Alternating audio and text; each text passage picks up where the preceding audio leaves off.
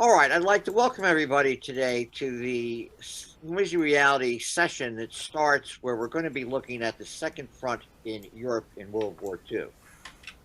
This is a series of discussions and seminars that are designed to shed new light on this very vexing topic. I want to welcome everybody here today, and we're very pleased to have, to start this off, Marc Stoller, who is a professor emeritus of the University of Vermont. And many moons ago, he did his dissertation at the University of Wisconsin on this very subject. And throughout his career, he's done a whole number of publications, including Allies and Adversaries, the Joint Chiefs of Staff, the Grand Alliance, and U.S. Strategy in World War II. Of course, the topic of this session, which is the politics of the Second Front, American planning and diplomacy in coalition warfare, George C. Marshall, soldier statesman of the American century, and allies in war, Britain and America against the Axis powers. He's also been co-writer on a whole bunch of work. His work earned him the University Scholar Award at University of Vermont, Distinguished Book Award of the Society for Military History, and he has served as a visiting professor at the Military Academy, the U.S. Naval War College, University of Haifa in Israel, the U.S. Military History Institute, and many other places. He has served as the editor of volumes 6 and 7 of the papers of George C. Marshall, and most recently he co-edited with Molly Michelmore of the United States in World War II, a documentary history. He's been a former president of the Society for Historians of American Foreign Relations, Schaefer, and a former trustee of the Society for Military History. And we're very happy to have Marc here today. So, Marc, take it away. Thank you. It is wonderful to see all of you, and a couple of faces look very familiar. I have known Joe, I believe, since the 1970s, maybe the 1980s, and Jim for quite a while. Well, I will save the other comments. What I would like to do, I've read your emails about Operation Sledgehammer and the whole question of whether it could have been successfully launched. I'm not going to deal with that. I'm going to deal with the Second Front. Yes, absolutely, but not counterfactuals. Counterfactuals, I believe, and I tell my students, are a lot of fun, and it enables you to try different things out, and it makes for fantastic science fiction. The problem is, for me, is if history is a seamless web, then if you change one event, it changes everything, which is where the great science fiction stories come from. What I'm going to look at instead, my interest in Sledgehammer and in all the cross-channel operations has been to focus on they fit into Allied diplomacy and grand strategy during the years 41 to 43. I will point out to you that I originally went to grad school to specialize in 20th century US diplomatic history. I picked up US military history as one of the things. How can you study diplomatic history without the military history? And I first became interested in the Second Front issue in the late 1960s. One, I already had an interest in the origins of the Cold War. My master's thesis had dealt with the US response to the two Russian revolutions. Also, my experiences, I taught US military history at the University of Wisconsin, Milwaukee. while I was a grad student. That's a long story, which I would, if any of you are interested, I will go into it. The offer came out of the blue from Matt Kaufman, who taught me U.S. military history. Milwaukee branch of the university had called and said, we need someone to teach two sections, primarily to ROTC students. And do you have a grad student who can do it? And Mac said, all my grad students are tied up, but let me call my good friend, John DeNovo, who was my advisor. John, do you know anyone? And John said, Marc has been driving a taxi cab to make ends meet. And he would love to teach. And I had done well in Mac's course. I said, I can't teach a course on the basis of one course with you. And he said, yes, you can. So I did it. And as I did it, I discovered that this issue, the Second Front issue, had dominated Allied diplomacy from 1941 to 43. It dominates the correspondence between the big three. And I began to question what was then the standard belief, that US military strategy in the war had been based solely on, quote, purely military factors, which I found very hard to believe, especially in the middle of the war in Vietnam. Indeed, as I discovered then and later, I think a purely military strategy is an oxymoron. If war is an instrument of policy, as Clausewitz and others pointed out, then you can't have a purely military strategy. If you do, you're going to be in trouble. Now, I decided to explore this for my doctoral thesis, the Second Front issue, and try to get beyond the mythology of the naive American military planners versus the wily British and the wily Russians. My early research was primarily in the Army Green series, which I believe you all know, U.S. Army in World War II, especially the volumes by Mark Watson, Chief of Staff, Pre-War Plans and Preparation, Matloff and Snell, Strategic Planning for Coalition Warfare. Also the Foreign Relations series. Documents, this is the State Department's series of official documents. And when they got to the World War II years, they decided to do the World War II military conferences that the Big Two and the Big Three attended, as well as just the diplomatic papers and memoirs, of course, especially Winston Churchill's memoirs. I got a Ford Foundation grant. Believe it or not, I believe it was around $3,000, and I was able to live on that in Washington for 9 months. Things have changed a bit. And in Washington, I immersed myself in both the military and the diplomatic records at the National Archives, as well as the key manuscript collections in the Library of Congress. Then up to the Franklin Roosevelt Library to look at those collections, and to Yale to look at the Henry Stimson diary. In 1968, 69, 70, when I was doing this, I had to obtain separate clearances, top secret, believe it or not, from the Army, the Navy, the Air Force, and the State Department to see the files, which I had to read in narrow vaults. I then had to submit my notes for clearance, and even then, I was not allowed to see any Joint Chiefs documents, any Combined Chiefs of Staff documents, or any British documents. Huge holes. I was somehow able to produce a credible doctoral thesis even with those holes, which I then revised and published as a book in 1977.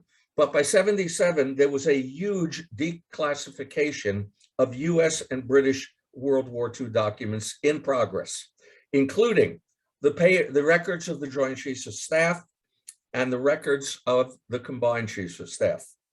I used Summers. I used a sabbatical or two. I used any time and any money I could find to get back down to Washington and to examine these papers.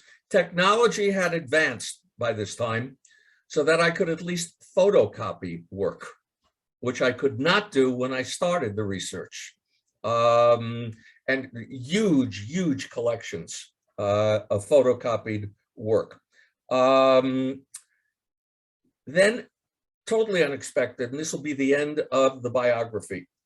1981-82, out of the blue, I'm invited to teach in the strategy department of the Naval War College. The required course was a series of case studies running from the Peloponnesian Wars all the way up to the Vietnam War on the relationship between strategy and policy. And I say that's what really taught me in detail. I mean, they asked me because they had seen my work and saw where I was going with it. But to have all these colleagues who were also interested in this was an extraordinary experience, one of the best scholarly experiences of my life. Well, okay, enough. What did I find? What did I conclude about Sledgehammer and all the other cross-channel plans in 42 and 43? I include here, of course, Bolero, the buildup, Roundup, the plan 1943 invasion, Sledgehammer, 42, Roundhammer was the plan. That was the name they came up with because the size was halfway between Roundup and Sledgehammer. Overlord, of course, and not to be forgotten, the Rankin plans. What to do if Germany suddenly collapsed. Those plans were fascinating. All right, what did I find? One of my major findings, Winston Churchill lied. I'll put it straight, I was not the only one to say that. All of us in my generation who went back and looked at those papers, and one of my colleagues, I believe it was Steve Pells from UMass, just shouted out in the reading room, that lying son of a bitch. What had happened here is that because these documents were not declassified until the 70s, the best source for the documents was Churchill's 6 volumes. But those 6 volumes were a memoir. And as such, Churchill carefully selected and used documents to support his conclusions. And he knew that he was doing this. Quotes all over the place. The one that I love, history will bear me out, for I shall write that history. And the other one, to one of his assistants, this is not history, this is my case. Now, there is a wonderful book, I'm curious as to if any of you have read it, about the writing of Churchill's 6 volumes. It is by the British historian at Cambridge, David Reynolds. It's called In Command of History, Churchill Fighting and Writing About the Second World War. And you need to keep in mind, as David pointed out, Churchill was still an active politician when he wrote the 6 volumes. In fact, he became prime minister again at the time that this final volume was being written and published. There's another volume that I'd like to emphasize.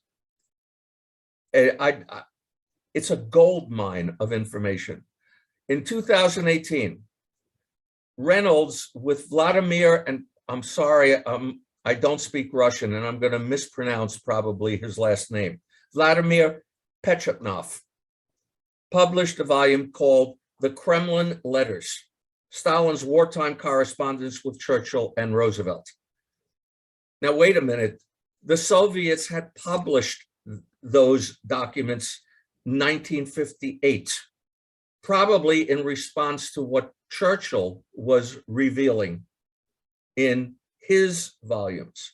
But Reynolds and Pechetnov were able to use Soviet files, Stalin's files, as well as the now opened US and British files to recreate why these documents were written and sent, who wrote the first drafts, fascinating information about that, how each of the big three changed the drafts that they got from their underlings, and how and why each of the big three edited these in a particular way.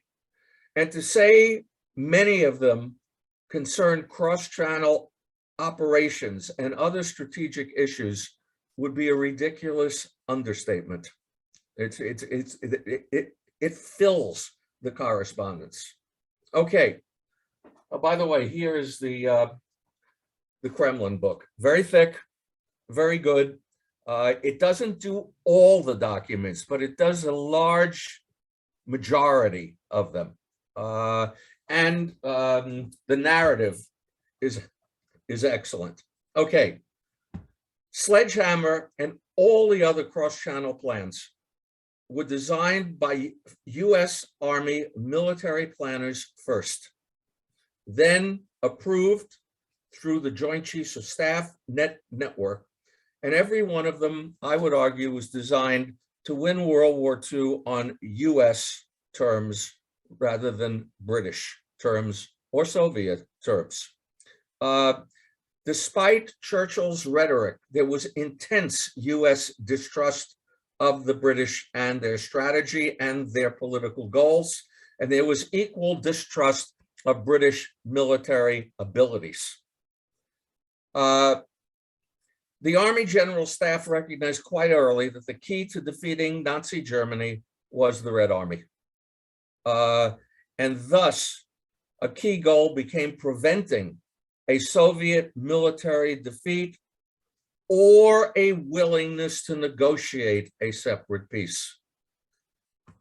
The author of the first of the plans, Marshall's head of the new Army Operations Division, a guy named Dwight Eisenhower, wrote, these operations must be so conceived and so presented to the Russians that they will understand the importance of the support rendered. If that is not a political statement, I don't know what is. And when Molotov came to Washington in 1942, he consistently said the Second Front is primarily a political issue. Now, Stalin had made clear that keeping Russia in the war necessitated the establishment of what he called the Second Front in northern France for two major reasons: relieve the pressure on the Red Armies and commit the United States and Great Britain in blood, preclude the possibility that they would sit by on the sidelines and let Germany and Russia bleed each other to death. And one might argue, which is exactly what he did from 1939 to 1941 by the neutrality treaty with Hitler. Eisenhower's reasoning was circular. If you're going to defeat Nazi Germany, you have to have the Red Army, and the Red Army is demanding an invasion of northern France. But the only way you can invade northern France is if the Red Army is still around.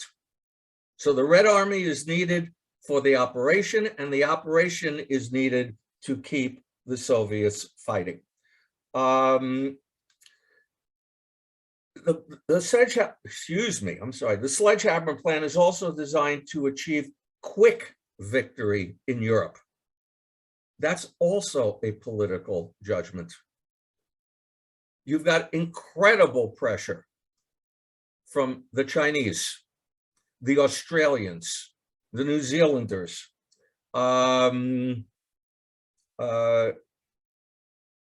American public opinion. And Douglas MacArthur, who was almost a nation in his own right with his demands for a Pacific First strategy. You've got to do it quickly or the public will desert the Germany First strategy that you and the British had agreed to in January to March of 1941 in the ABC-1 document. The result is, of course, the Bolero Roundup Sledgehammer Plan. That is approved by the Joint Chiefs, by Roosevelt, and by the British in March and April of 1942.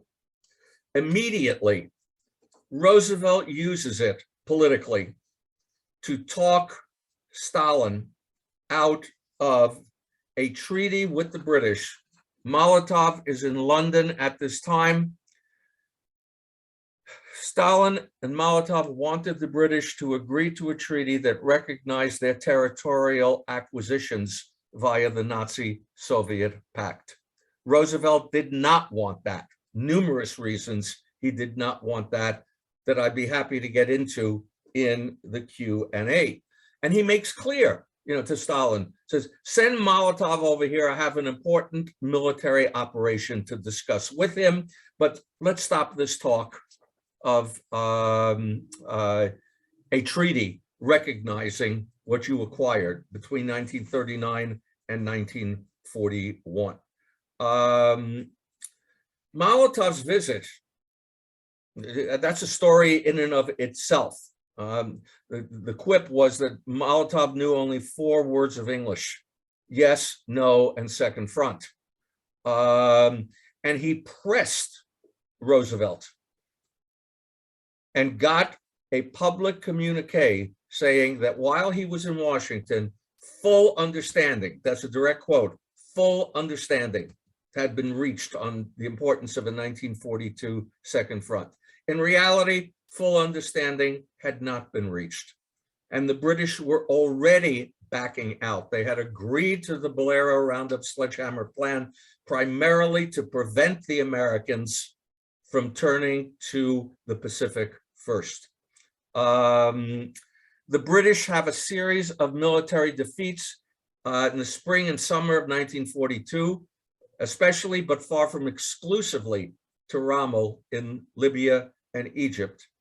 And Churchill suggests to Roosevelt a return, instead of Sledgehammer, drop Sledgehammer, and instead go back to Operation Gymnast, the proposed invasion of French North Africa. If I'm being too basic for any of you, please tell me, because I figured with what you all had to say about Sledgehammer, you would know something about this. Okay. If you want me to slow it down or wait a minute, please feel free. Okay. When that came in, the Joint Chiefs proposed to Roosevelt, actually only 2 of them, Admiral King, Naval Chief, and Marshall, the Army Chief, formally proposed abandonment of the Germany First strategy if the British would not agree to Sledgehammer, and instead immediate action against the Japanese to halt their attempts to cut the lines of communication to Australia via their campaigns in Papua New Guinea and the Solomon Islands. Okay. According to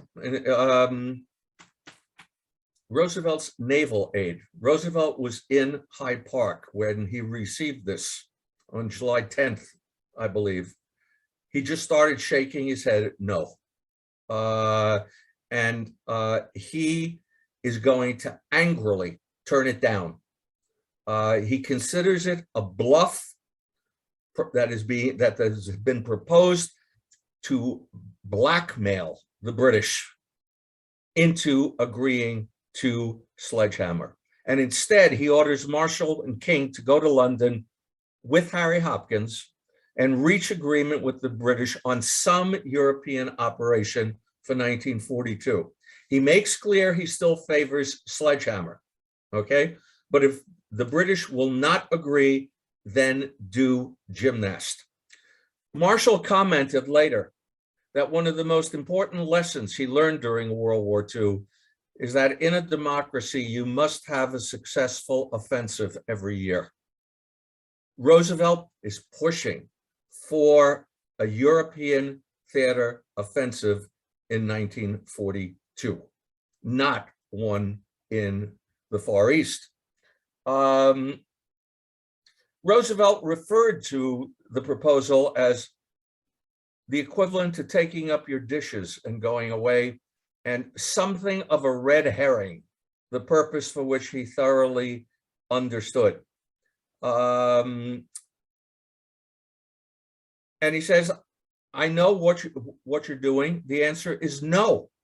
And after the war, Marshall, King, and Secretary of War Stimson all said it was a bluff to force the British into sledgehammer. I don't think so. Okay, it's an interpretive dispute. I'll tell you why. It contained an element of bluff. There is no doubt about that.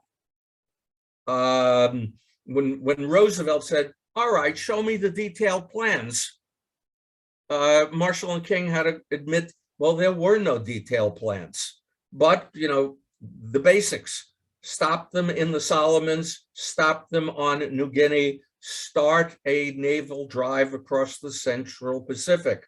But beyond the element of bluff, they are serious. If the British insist on gymnast, then go to the Pacific first. Why? First, they say North Africa will not aid the Soviets in any way. Secondly, it will rule out Roundup in 1943. You simply will not be able to cross the channel in 43 if you invade North Africa in 42. The Soviets will thereby have no aid going to them at this crucial time of the war. A Pacific offensive, on the other hand, would aid them by precluding a Japanese attack on the Soviet rear in Siberia. It would also aid China, Australia, New Zealand, and Admiral King, in a memo to Roosevelt, listed all of the things it would do early. This was in May, and added one, or a racial one. We have got to prevent the white man's countries of Australia and New Zealand from falling into Japanese hands. Make of that what you wish. What I make of it, and once Admiral Leahy is added to the Joint Chiefs in July, former Chief of Naval Operations, he's going to say the same thing. The fear here is that Japan can turn it into a race war. And if Japan succeeds in turning it into a race war, it is going to make victory, if not impossible, extremely difficult. Now, if you look at the dates, the memo is July 10th. That's exactly the same time the Joint Chiefs sanctioned a counterattack to take back the island of Guadalcanal, which the Japanese have seized and where they have started to build an airfield. That's no accident. The pieces fit here. It's also exactly what Eisenhower, who had been the operations division chief, and other planners had suggested the United States do if the British rejected American plans. Roosevelt says no, absolutely no, insists King, Marshall, and Hopkins go to London and reach agreement. Sledgehammer is his first choice, but if not, then gymnast. And I would like to quote to you some of the things that Roosevelt said. He ordered Marshall and King to meet him in Washington, that he was going to take the train back to speak with them. And according to Marshall, he not only said this is something of a red herring, the purpose which he thoroughly understood, but he added that the record, quote, should be altered so that it would not appear in later years that we had proposed what amounted to abandonment of the British. Luckily, Marshall ignored that. He made clear to Roosevelt that he was not talking about abandonment of the British. He was talking about going on the strategic defensive in Europe and the offensive in the Pacific. And Roosevelt also added what I consider the most extraordinary wartime overstatement by the president. Quote, "The defeat of Germany means the defeat of Japan, probably without firing a shot or losing a life." Sure. But the British will not budge, and thus you get Gymnast, now renamed Operation Torch. But that did not end the specific first threat. In return for agreeing to Torch, the Joint Chiefs demand and get Combined Chiefs of Staff document 94, which says we have accepted a defensive encircling line of action in the European theater, except for air operations, and it approves the transfer of 15 air groups to the Pacific and sufficient shipping to move a combat division from the West Coast to the Pacific for offensive operations. You also get, in the summer, JCS 85 series. These are a series of papers on courses of action to take if the Soviet Union collapses. The answer, we will protect Great Britain, as the president insists, but then we will focus on the war against the Japanese and forget Europe for now. Now, while all of this is going on, JCS 85, if I remember correctly, is July and August. Stalin's been promised the 1942 Second Front. Churchill decides he has got to fly to Moscow to tell Stalin personally that he is not going to get the Second Front. And it is in this meeting that Churchill sketches the European continent as a crocodile and says, you know, we can hit the soft underbelly of the crocodile as well as the hard snout. Stalin was not pleased, to put it mildly. I mean, look, he's been denied the frontier treaty for the Second Front. Then he's denied the Second Front. He's also going to be denied supplies, Lend-Lease supplies, so that this invasion of North Africa can be launched.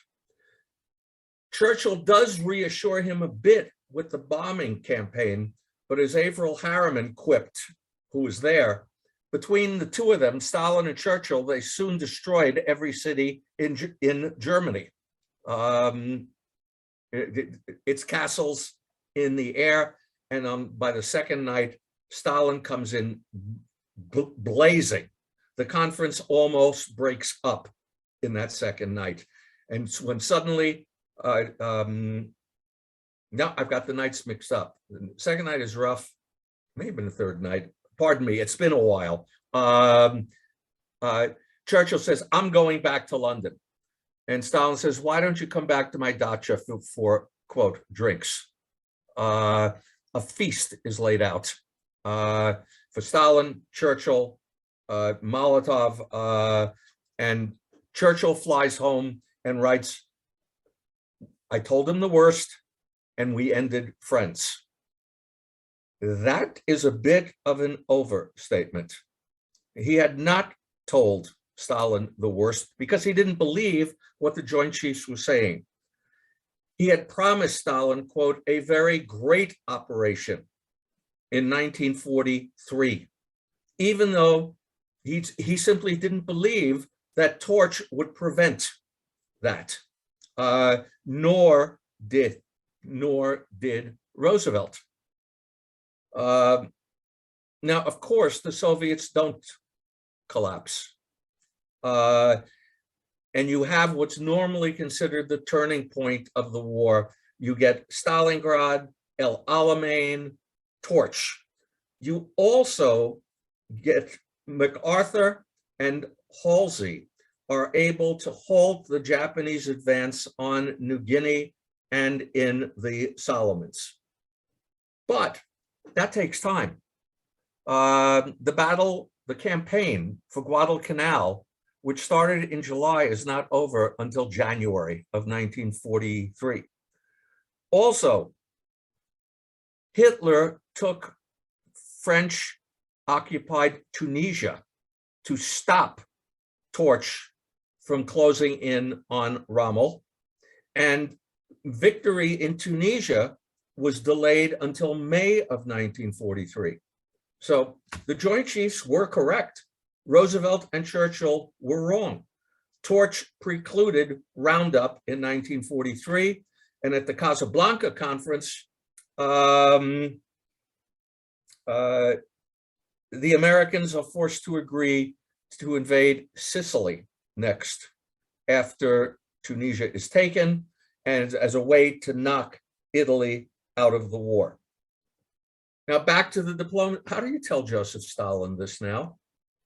That's one of the reasons Roosevelt announces unconditional surrender as Allied policy at the end of the Casablanca Conference. Here again, Churchill, if I want to be nicer to him, if he didn't lie, he forgot, okay? He said it was a complete and total surprise to him. The only surprise was the timing of the announcement. Roosevelt had discussed it with the Joint Chiefs of Staff before they left for Casablanca. Churchill had discussed it in the cabinet. In some ways, it was the obvious policy. You had agreed to a conditional surrender of Germany at the end of World War I, and look at what happened. So you're not going to do that again.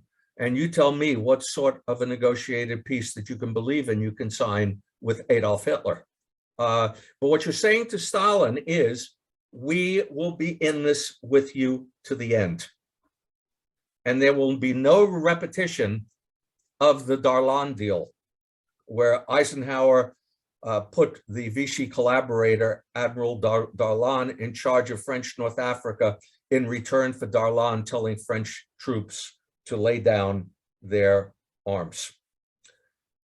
But you don't bother to tell Stalin there's not going to be a roundup until May, June of 1943, that the cross-channel invasion is going to be put off till 44. And Stalin explodes. One telegram, he lists every broken promise on the Second Front that was made, and vaguely threatens a separate peace. Separate peace rumors do fill the air. We still don't know if these were real. We know there were contacts in Sweden, but were they real, or was Stalin just doing this to scare the British and the Americans into crossing the channel? We don't know that. We do know that a Free Germany Committee is established, composed of captured German officers from Stalingrad, as well as German communists, who call upon the German people to overthrow the Hitler government.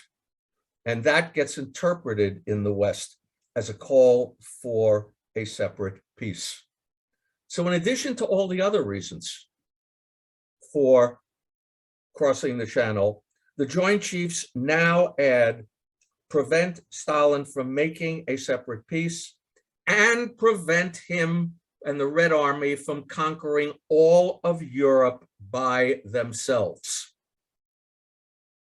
especially after Kursk in 1940-43. And what you get are series of plans, ranking A, ranking B, ranking C. What to do in the event of German weakening or total collapse. And the answer is pour Anglo-American troops into Germany, into Berlin, as fast as you possibly can.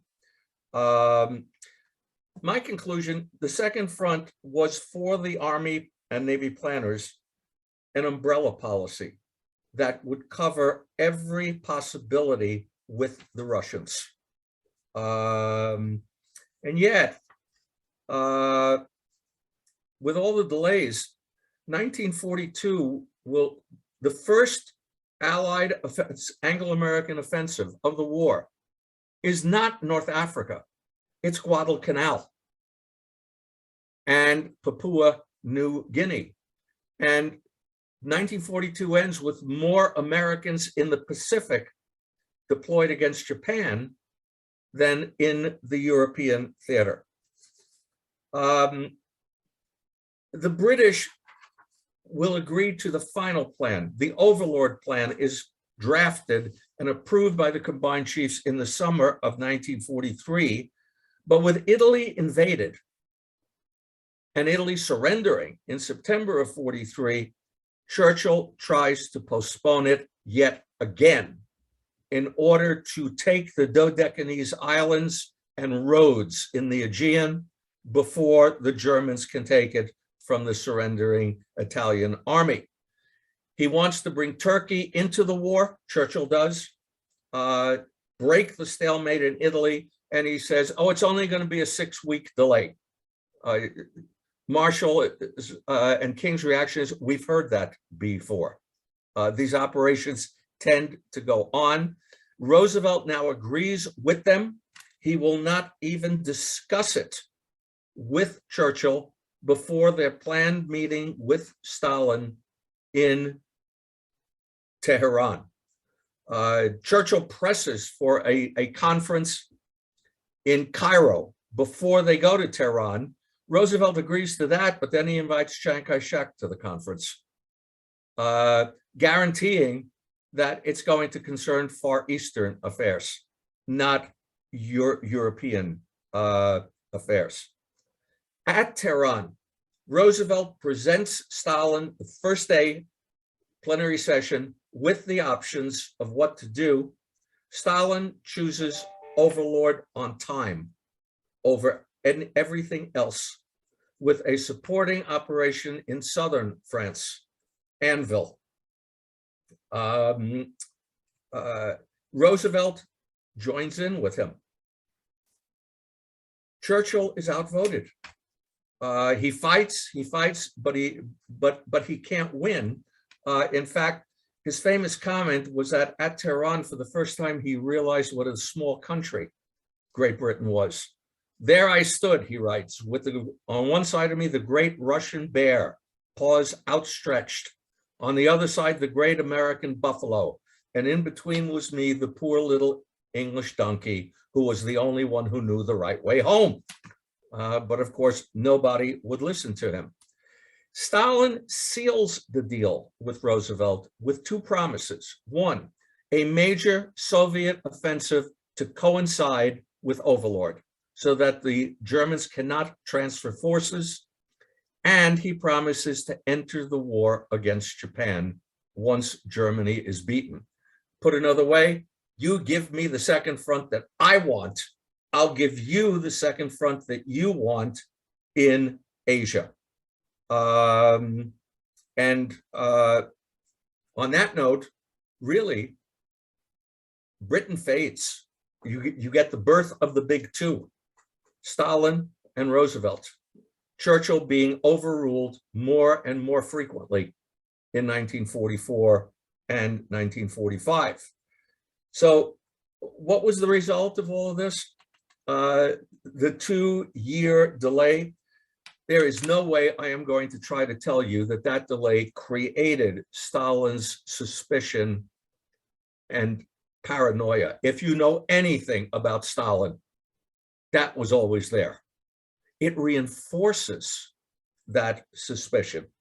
And to me, it's summed up the night before D-Day, according to the Yugoslav communist Milovan Žilas, Molotov comes in and says to Stalin, got a message from Churchill, they're landing tomorrow morning. And Stalin says, oh, I've heard that before. And Molotov says, no, they really mean it this time. To which Stalin says, well, who knows? They may meet a German soldier, and then it will be simply broken promises as usual. And he turns to Žilas and says, that Churchill, you turn your back on him for a minute, he'll steal a kopeck out of your coat pocket. Roosevelt, he only digs his hand in for bigger coins, but Churchill will do it for a kopeck. Let me stop the presentation there and throw it open to questions, comments that any of you have. All right. Right, Well, thank you so much, Alex. Hold tight a second. Thank you so much, Mark. I'm going to turn it over to Alex, and I just want to let people know that I put up in the chat the Kremlin letters that Mark had referred to. It's in a PDF format, so you can download it if you want. But go on, Alex. Wonderful, wonderful that you're able to do that. All right. So thank you, Professor Stoller, for an excellent, well, almost hour-long discussion. So again, we'll remember everybody to raise your hand. We want questions, and I guess I'll open with one of my own, which is we had at New York Military Affairs Symposium Nigel Hamilton come talk to us for about each of his books. I'm sure Professor Stoller you know about. Yeah. And so, of course, he kind of presents FDR as this great political genius who, in the face of not just Churchill's intransigence on it, but of members of the Joint Chiefs, particularly critical of Marshall, forced through things like torch, and then even makes this, he argues, he strong arms Churchill in 43, to keep the second front, it's going to be in 44, and threatens Churchill with, well, they're going to deny Britain access to the Manhattan Project if they don't go along with it. And that's how they get Churchill finally on board for D-Day, Overlord. So I wonder, what are your thoughts on Nigel Hamilton's arguments there? I know Nigel. We have been in many conferences together. I think he overstates things. And it may be simply the wording that he uses. The chapter on the Pacific First Threat, I don't know if any of you have read the first volume. The chapter is entitled Mutiny with an exclamation point. Maybe because I'm a scholar, I think that's a bit over the top to accuse Marshall and King of that. There is, oh my God, I wish if I had known that question. I've got the book here. There is a wonderful book on this swapping of information, the Manhattan Project and Overlord. Do any of you remember the name of the author? Ooh. Not Jim. I can't think off the top of my head. Yeah. Okay. Well, just we'll have to. You can find it later. Right. Yeah, I'll email it to you. But it's a very, very good book on that. Particularly, what he looks at is Henry Stimson's visit to London in the summer of 1943, which dealt with both Overlord and the Manhattan Project. And they're following one right after the other in the conversations. So draw your own conclusions about that. Not only Overlord, but Overlord with a US commander. So I will promise somehow, given my technological skills, I will have to rely upon Jim. Jim, I will send you the author's name and the book's name. I think you're referring to Philip Paget advocating Overlord. You got it. This is what happens in your 70s, okay? Other people can think faster than you can.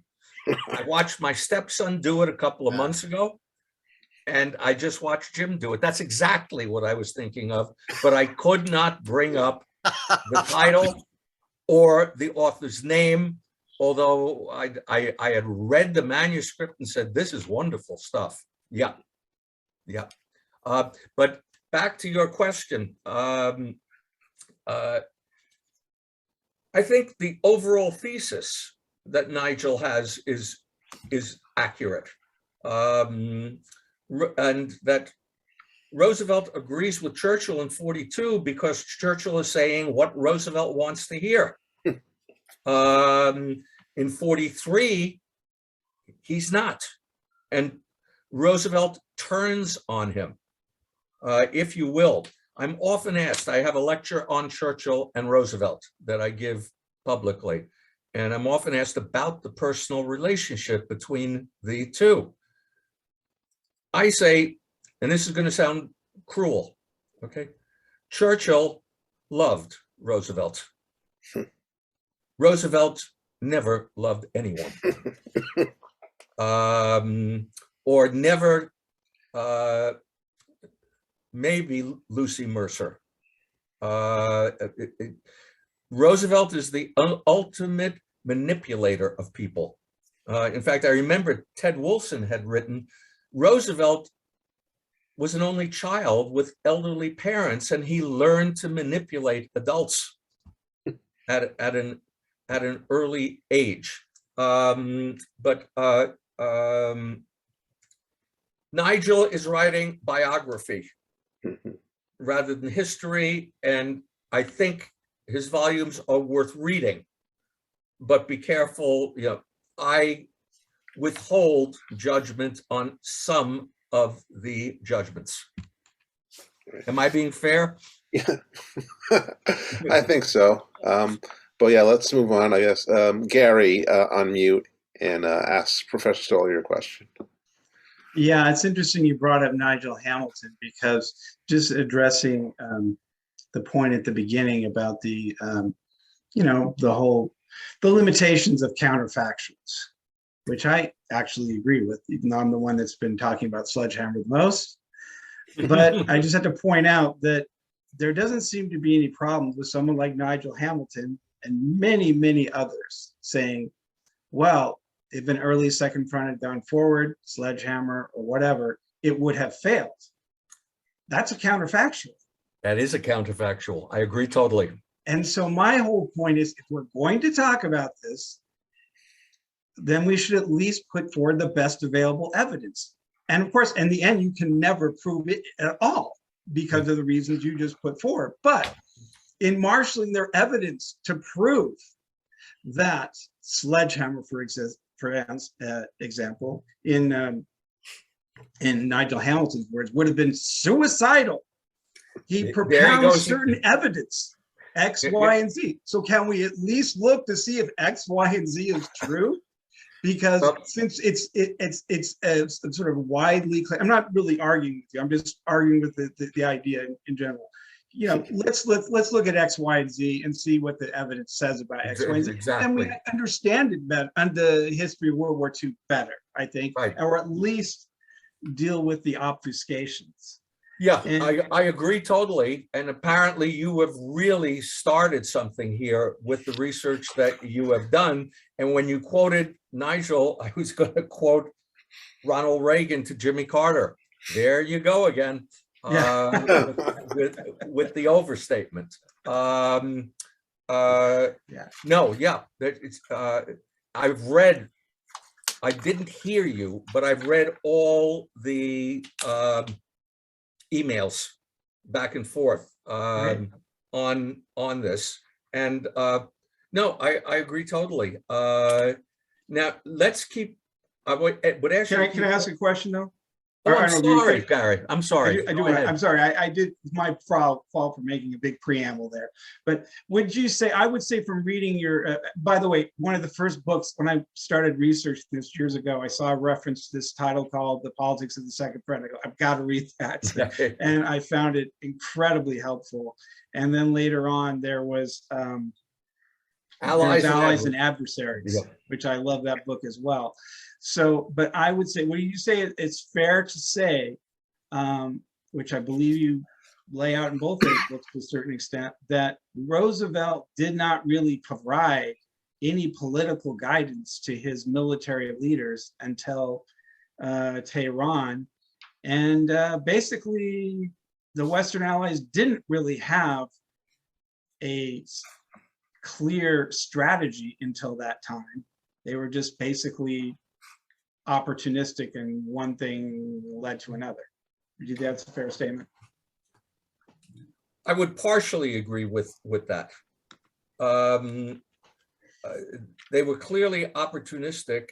Roosevelt did not provide detailed political guidance until, well, he did provide unconditional surrender. That was clear.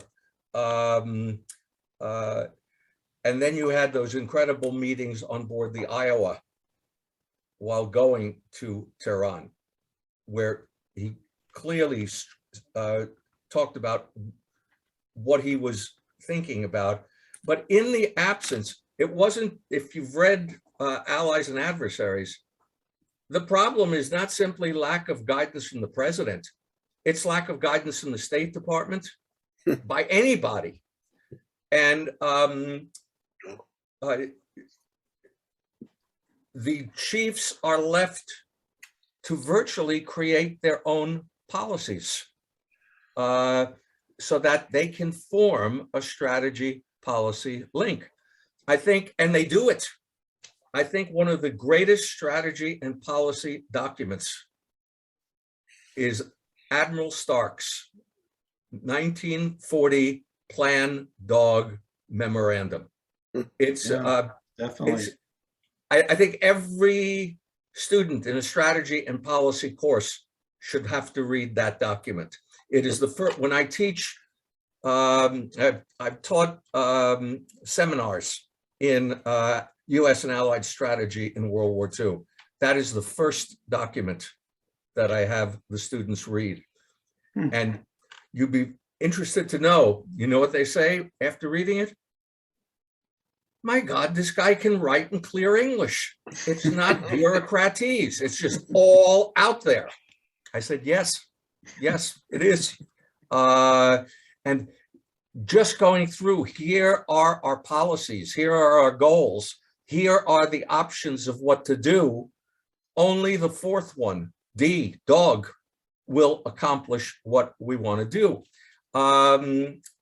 Now, Which was Europe first. I'm sorry? Which was Europe first. Which is Europe first, yes. Yeah. So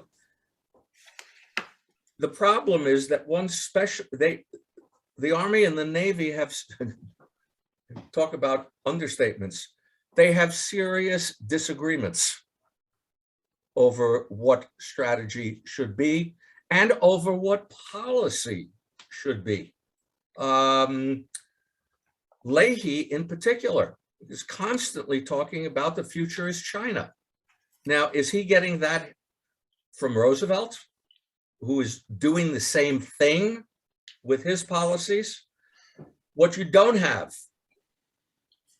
are clear Okay, Marshall tried to get John Dean, General Dean, who was the head of the Secretariat, to accompany him to meetings with the president and to take notes so that there was a record. And according to Marshall's later recollections, Roosevelt took one look at him and said, "Put that thing up." No minutes.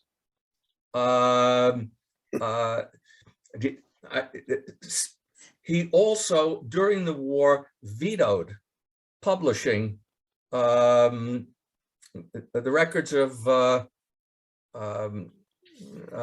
Allies in Paris, or temporarily vetoed publishing the minutes on the grounds those minutes should never have been taken in the first place. He is an extremely, behind that front of jovial simple-mindedness, is a seriously calculating politician. Marshall, as a result, whenever he comes out of a meeting with Roosevelt, immediately sits down with someone and dictates from memory what the president had said, so that they can have some idea of what the president's policy is. But if you can't get it from the president, you're going to have to come up with it yourself.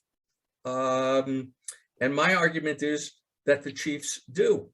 They quite often will disagree with each other as to what policy should be. And if you read Allies and Adversaries, you know this story. When the Joint Strategic Survey Committee of General Embick, Admiral Wilson, and General Fairchild is established to deal with, among other things, to be the senior elder statesman advising the Joint Chiefs on matters of grand strategy, Leahy objects, saying, "That's not our business to do that. That is the president's business to do that." When Marshall suggests the appointment of Leahy as a chairman of the Joint Chiefs, he says, "You need a chief of staff." And Roosevelt says, "You're my chief of staff." And Marshall says, "No, I'm your Army chief of staff. You need an overall chief of staff." Roosevelt's answer, "That's what I do." So you have it there again, but you're absolutely right, Gary. I hope you don't, please call me Marc, all of you. The Joint Chiefs have to pry out of Roosevelt often what the policy is, but they do it, and when they can't get it, they make do. Roosevelt, by the way, never approved the Plan Dog memo with the Germany First strategy. He approved the meetings with the British that created the ABC-1 document. But I think it all dates back to being so burned from Wilson's experience. It just adds to, no, do not put it out there unless you absolutely have to. I'm sorry my answer was so long, but as you talked, I was remembering episode after episode of what would go on in these Joint Chiefs meetings. Great. Mike, you're up next. Yes, can you hear me? Yep. Yeah, we can hear you, Mike. Okay. First of all, in defense of Nigel, there's few people, it's probably no one here, who you can say had several meals and long conversations with both Churchill and Field Marshal Montgomery simultaneously. Yeah. So Nigel is coming from a pretty knowledgeable place, whether or not you agree with his conclusions. But that was just a comment thrown in. My problem is that, first of all, you have a twofold problem with a second front. You can say, we can talk about the politics, but the military aspects, in other words, you cannot make a political decision to have a second front if it's not doable. Right. The fact is that nobody is saying it may be counterfactual to say that it could not possibly have worked, but the odds were against it. Put it in terms that, in poker terms, you don't put all your money, you don't bet the farm on pulling an inside straight. The odds were against it. It wasn't a good bet. We didn't have control over the air. We had hardly touched German industry, which means not only their capacity to make war machines, but also to resupply them and provide the replacement equipment. There were just too many factors. I mean, that's just a couple of them. There were just too many factors that were against it. It was a bad bet. That's one thing. So if you make a political decision to have a second front in 1942 or 43, or even 43, then you can't back it up militarily or logistically. Then it's pointless. Then you get a situation which is basically a disaster. The other problem is Stalin seems to have been playing from the same playbook that both Trump and Putin seem to play from, which is that I can break my word, but you can't break yours. Stalin can say that he had no reason to trust him, but he never looked back and thought if maybe there was any reason for them to trust him. So I was wondering about your comments about that. Very interesting. I'm not going to get into the feasibility of sledgehammer. You guys have been through that,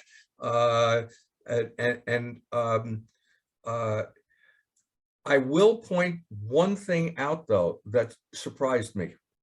When you look at all the problems that sledgehammer would have faced, and yet Roosevelt not only needed an offensive in the European theater, and by the way, let me bring another factor in.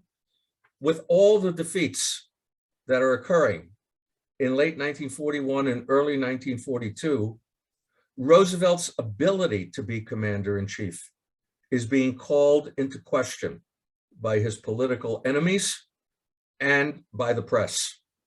And there is talk of bringing Douglas MacArthur back, not sending him to Australia, but bringing him back to Washington to, in effect, run the war.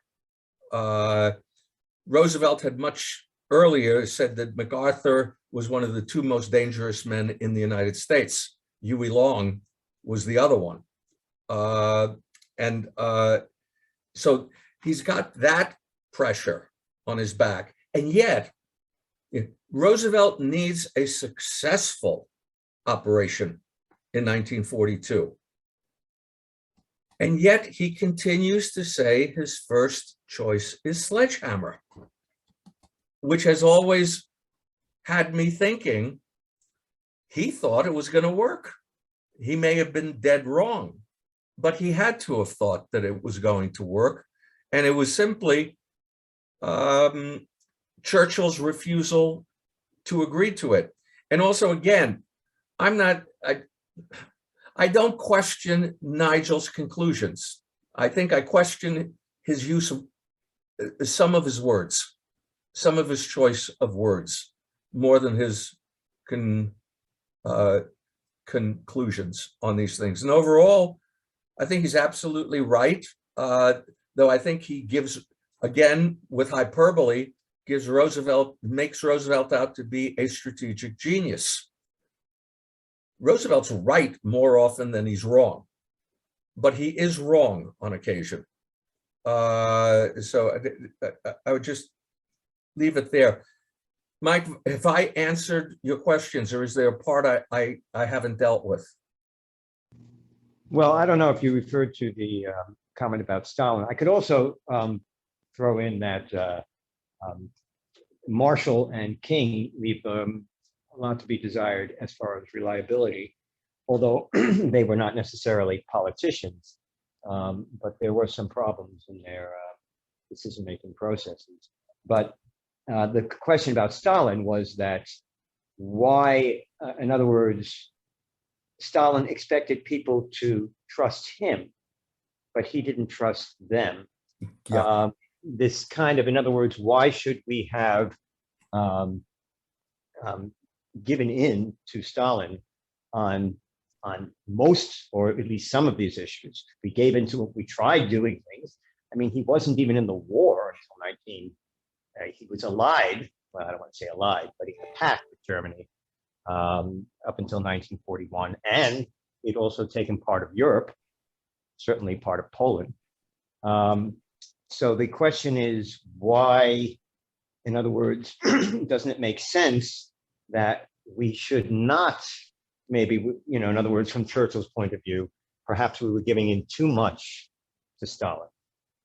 And perhaps that Stalin was being disingenuous at least as much as the Allies were, the Western Allies.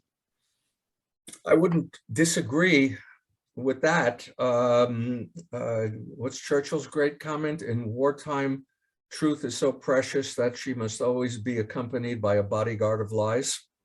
Right.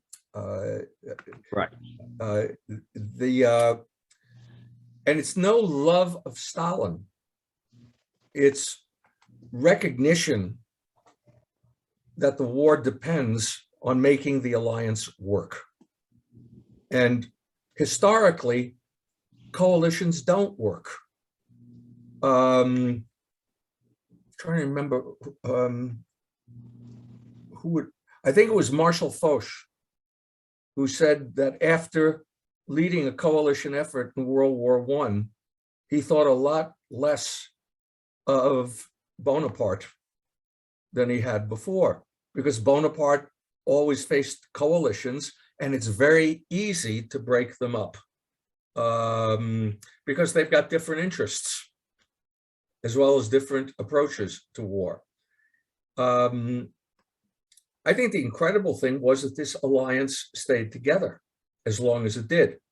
And that required quite a bit of effort by a lot of people and quite a bit of compromise to make it work. And it is not that when the Americans agree with a Stalin demand, it's because that demand they see as being in their interest in winning the war, as well as in keeping the coalition together so that you can win the war. And I made the point in another publication, how many coalitions in history do you know that succeed in totally defeating their enemies and imposing unconditional surrender upon them? And Stalin is not the easiest man in the world to deal with. In fact, what is William Bullitt's comment about him? He's a Caucasian bandit whose only thought when he gets something for nothing is that the other fellow is an ass. But Roosevelt and Churchill are bargaining with him and with each other throughout the war. Is there anything, by the way, Joe just came in with the comment that it was Mountbatten who was able to convince Roosevelt that sledgehammer could work. And Joe has some pretty good evidence for that. So it's actually, it's a Georgian proverb. What Stalin used, and I think Roosevelt and Churchill also cited it. When crossing the bridge, one is allowed to walk with the devil until one reaches the other side. Welcome to great power politics. I don't think that given everything at each point, and I don't want to start going into Yalta here, but I will say that Roosevelt did not give away a square inch of territory that Americans occupied to the Russians throughout the war. The question was, how much territory did the Americans occupy? And the problem with, as I pointed out, by 43, the realization, if the Russians win this war alone or sign a separate peace with Germany, we're in trouble. We're in deep trouble. And I think they had more political savvy. I remember, Paul Robinette, who was a member of the Army General Staff, who kept a diary. And it's a fascinating document to read, because when Marshall becomes the chief of staff, Robinette writes, not a West Pointer. What are we going to get here? And he comments later that Marshall was one of the most politically astute officers he'd ever, constantly Marshall was thinking in political terms. He had to. Now, admittedly, I'm biased, writing a biography of Marshall and editing the last 2 volumes of the papers. And he's not God, but who else would you have rather had as Army Chief of Staff? Douglas MacArthur again? I think not.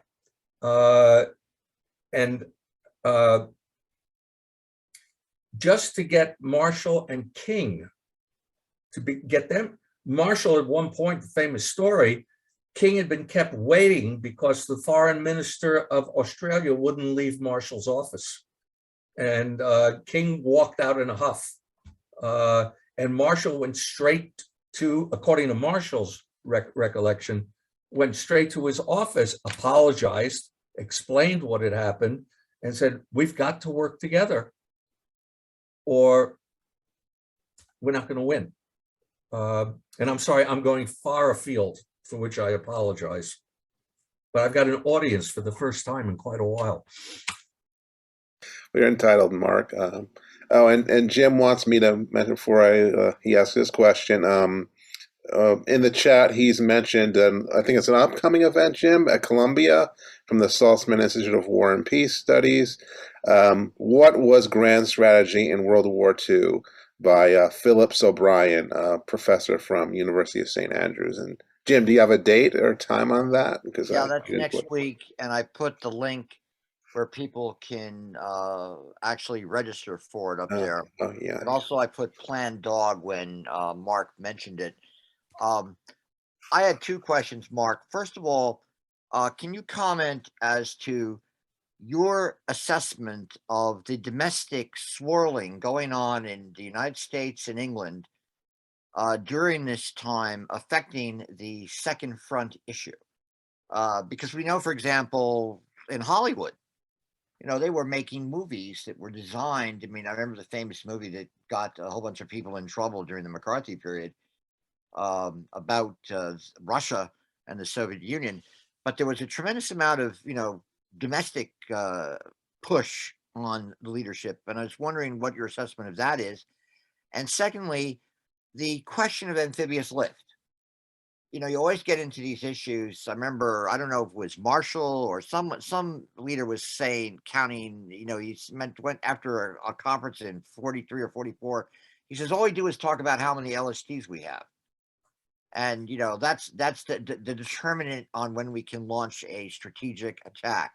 And so I'm wondering how that was factoring in to these kind of considerations in 42 from what you gather from what you looked at. That's a great question. It's something, it was Churchill, I believe, who said it. In the argument in 1944 about Anvil versus other operations and the shortage of LSTs. And he said, I believe he said future generations are never going to believe that decisions of grand strategy depended upon how many of these ships we could get.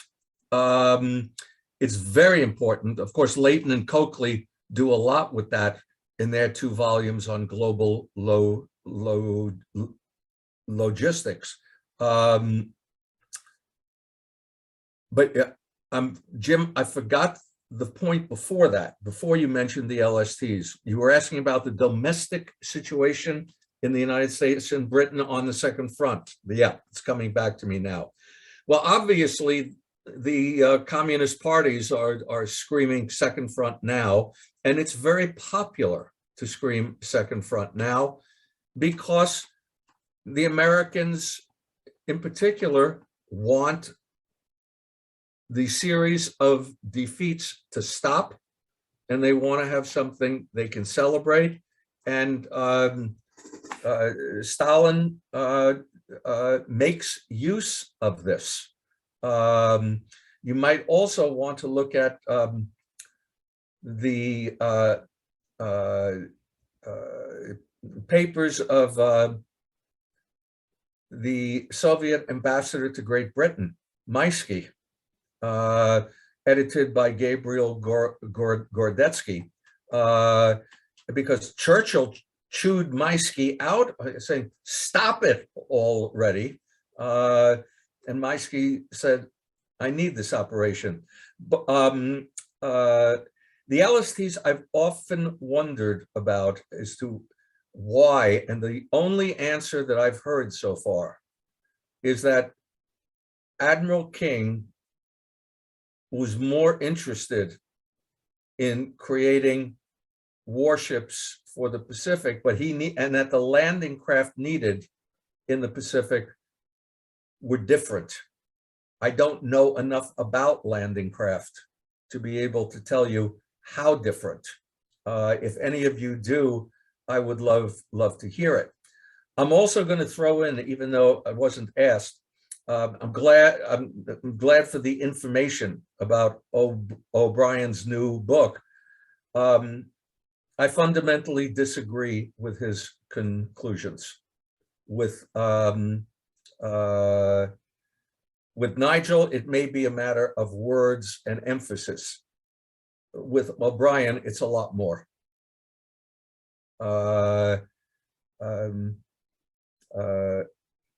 I may not be fair, but when he says you didn't need the Red Army to win the war, that just the machines could win the war, I actually wrote down, so human blood doesn't count at all, huh?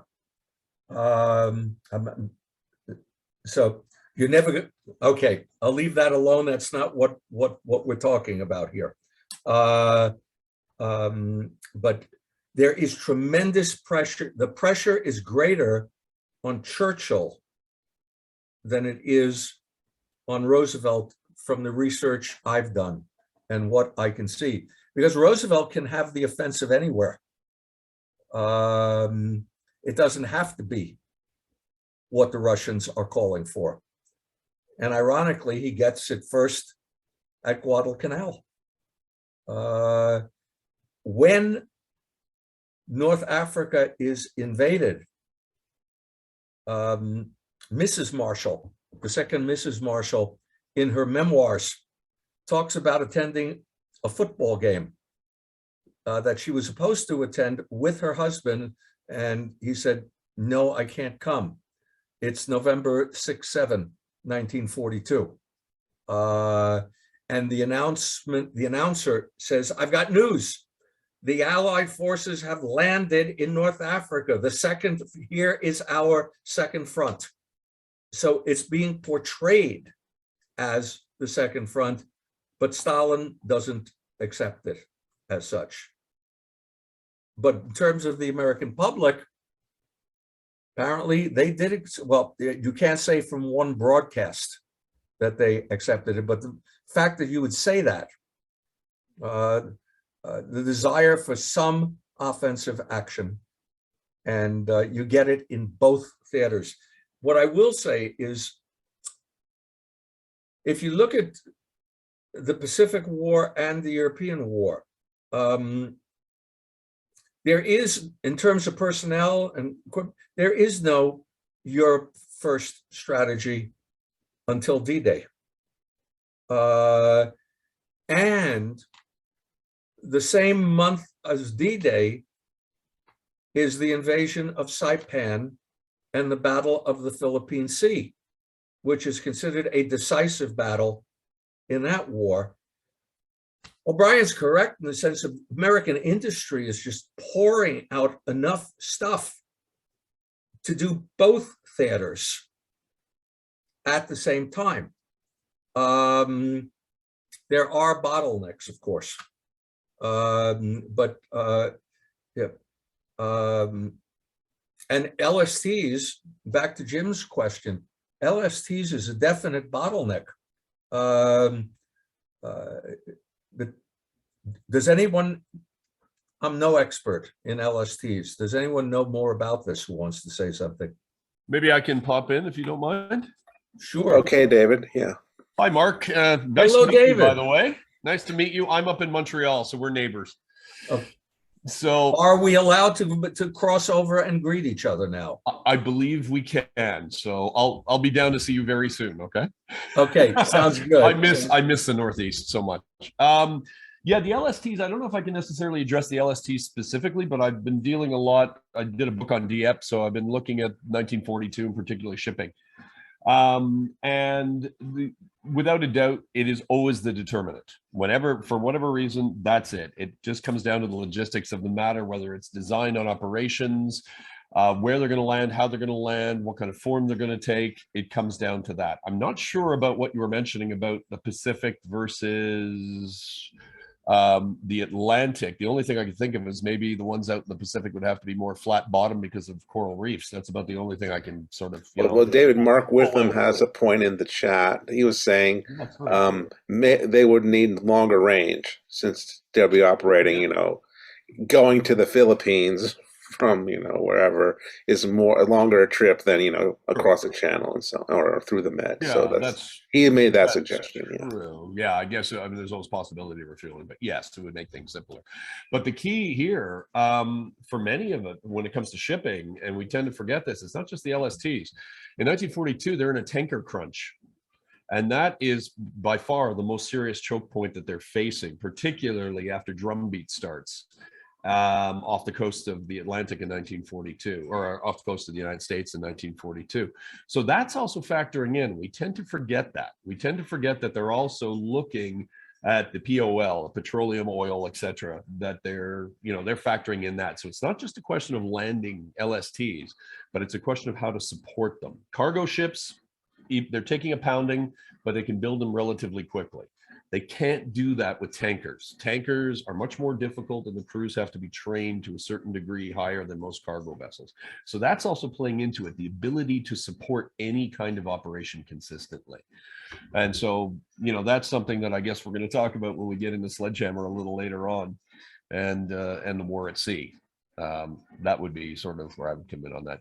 Just while I have you real quick, right at the beginning, you were talking about Churchill's trip to Moscow. There's been some new evidence that's come out in the last, since 2014. I put it up there. It's a memorandum that was declassed. It may have been after 2014, but it was certainly around 2014.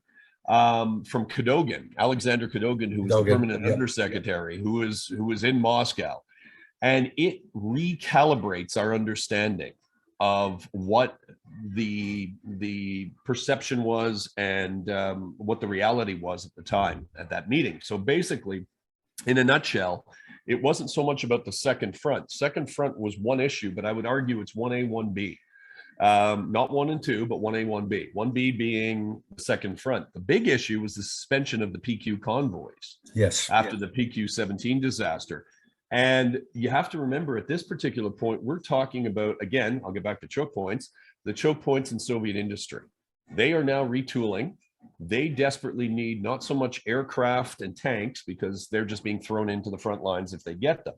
But what's really coming over in these things are all the fine machine tools, industrial cutting diamonds, all the things that the aluminum, bauxite, things that you cannot get in the Soviet Union. And this is all about Stalin's desire to retool his industry quickly and get it back up.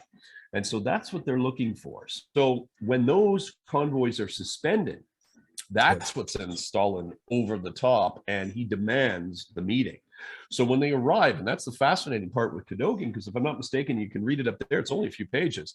He talks about never once did Stalin ever suggest that there would be a separate peace at all. In other words, if we don't get the second front, this is not going to happen. As a matter of fact, it was the opposite. And he was quite sold on Torch, wasn't happy about it, but he wasn't completely distraught either. In other words, you know, I think, you know, Stalin could squawk a good game, but he was also pragmatic in that sense. In other words, I don't think he had a lot of faith in what the Allies could do in 1942 either. So he realized that getting Torch was about the best. But it's a fascinating document that's entered into the historiography, and I think you'll be fascinated. And I got a whole bunch more if you want to talk sometime. I would. Jim, how do I get? If they put it in up the chat, in the chat. Mm-hmm. If you go up to the top, I think it's the second thing that was posted. I didn't get a chance to make. It's a Cadogan report from Moscow. It's right under the Kremlin letters that Jim posted, right up at the top of the chat. I'll post it again if you want. What I would really love, if you wouldn't mind, because this session is going to end and then it'll be gone for me. Could you? I'll email it to you. Yeah, it's mark.stoller@uvm.edu. It is okay. I'll get it from Jim and I'll send it to you after. As you said it, it makes perfect sense. Now, in fact, with Torch, of course, the Stalin's famous comment from his days in the seminary, "May God prosper this operation," which shocked everybody in the room. You're absolutely right. Yep. So he understood. You know, I took part. Wow, this is going back now. I'm sorry. In the late 1980s, mid to late 1980s, starting in around 1986, and I think it came out of the Icelandic summit between Reagan and Gorbachev, that there were to be scholarly colloquia. And the two in particular that I know about, because I was involved in one of them, were the World War II alliance, okay, and the origins of the Cold War. Warren Kimball, the editor of the Churchill-Roosevelt Correspondence, headed the American delegation, and Oleg Reshevsky was the Russian. Oh yeah, I was paired with Oleg. Oh, can I tell you stories? Oh, yeah. So can I. What happened? The first meetings were in Moscow, and Perestroika and Glasnost had not hit the historical profession yet. So I was denounced as a bourgeois falsifier and the whole thing. The following year in Hyde Park, I had become the foremost bourgeois authority on the issue. And then after the fall of the Soviet Union, I was simply considered the foremost authority, which I was not. But I hadn't changed a single word that I had written, but I got an education in Soviet double talk. But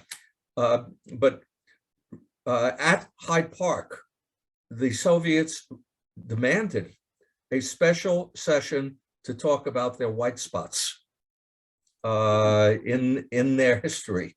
Yeah. And it was something. And this does relate. I'll tie it in a minute. Ted Wilson turned to me, whispered to me. He said, "Are you as uncomfortable here as I am?" He said, "I feel like I'm in a Catholic confessional listening to this." And Oleg and I were paired. We were both dealing with the Second Front issue in these meetings. The British came in the following year also. So we also met in Cambridge. But Oleg and I were both cigarette smokers at that point. And we went outside, and he said a couple of things to me. And so some of the members of the Soviet group said, we realized that you couldn't do it in 42, but that you couldn't do it in 43? Give us a break. How do you explain that? That Oleg was concerned by a lot more than that. He said, I don't know what to do. Pravda is publishing the works of young Russian journalists who are attacking the Ribbentrop Molotov Pact of 1939. And at the same time, you've read my work. I said, yes, I have. They're still publishing my work, and nobody is telling me what the truth is anymore. I was just flabbergasted. Yeah. And I said, Oleg, can you understand that from my point of view, that's wonderful? And he smiled at me and said, up here, yes. Down here, and he hit his heart. He said, I am a veteran of the Great Patriotic War. Yeah, fighter pilot. That's it. Yeah, fighter pilot over Leningrad. I remember that. Yeah. Yeah. Yeah. Sorry. To be honest with you, your conversation has much more depth than mine. I mean, I was a young Army officer. He thought I was there as part of the official entourage to keep an eye on him when I wasn't. I was just asked to escort him. Montreal had 2 airports at the time, and I was just asked to escort him from Mirabel to Dorval so he could make his flight to Toronto. But I met him, and I went down to the conference. It was Terry Kopp in Waterloo. But on the way back, he stopped by, and he had a young PhD student with him who was doing stuff on body counts at Stalingrad. And it was fascinating stuff. But when he came back, we said, okay, we've got 6 hours in Montreal. What do you want to do? Of course, they wanted to go shopping. The young guy wanted jeans. And you know what Reshashevsky wanted? A side of ham. That was it. Just a side of ham to take back to Moscow with him. And I just thought, oh my God. And this was like 1991 or 92? 92, I guess it was. Yeah. So you can just see the dichotomy. It was but it was humbling, Whenever the group met from the preliminary meetings to set up the colloquia was in 1985. 1986 through 1992, and it was the British were brought in. David Reynolds, I believe, headed the British group. So we met in Cambridge on a few occasions. We met in Moscow, and Warren Kimball decided to really treat the Soviets the first time they were here. We met at the Franklin Roosevelt Library for the colloquia.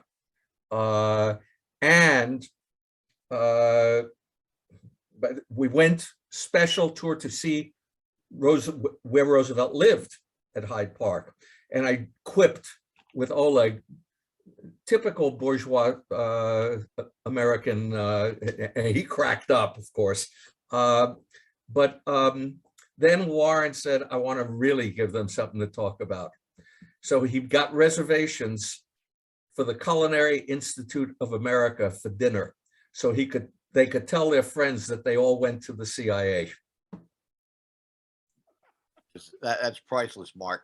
Yeah. I just have to jump in. I put up here in the chat the book "How the War Was Won" by this fellow who's going to talk next week at Columbia, and then of course David Glantz always used to get angry.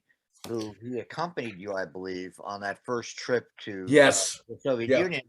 He always got angry that they would call him a bourgeois objectivist. He always got angry about that. Anyway, I roomed with David on one of the overnight trains, and on that first trip, and I'll never forget when he presented his material. The Soviets were going; they were goggle-eyed looking at it. And I turned and whispered to him and I said, David, they love your stuff. And he said, they should. It's the first time they've seen it. I go, what are you talking about? You're using Soviet documents, and this is the Soviet Academy of Sciences. He says, different, these are military documents. They cannot get to see these documents. What I'm presenting to them is brand new to them. All right. Frank, you're up next. Sorry. Yeah, I think everybody here has done a lot of study on this. Sledgehammer has to succeed from Stalin's point of view if they make the last 20 kilometers to Rostov. And they nearly did. So the question is, how far did Sledgehammer succeed from that perspective? And it did. Sledgehammer, although it didn't take place, diverted an awful lot of German Panzer divisions, actually, and force to counter Sledgehammer, even though it didn't take place. And as David mentions, PQ 17 actually is the critical point from Stalin's point of view, because at least 80 to 100,000 trucks did not arrive for Operation Uranus and Saturn. So that's why he's ticked off, and that's why the last 20 miles they couldn't succeed in taking, which would have actually won the war pretty much in early 43 from Stalin's point of view. So, you know, talking about why the United States did what it did is relevant, but actually the most critical thing is to see what Hitler was doing at this time. Because if you look at Hugh Trevor Roper's directives, the directives that he published way back when, in March, Hitler was not concerned at all about a landing. He was just simply, there was going to be raids, there's going to be maybe an airborne drop. After that, and this is when Molotov's going back and forth, suddenly he starts talking about the need to move troops.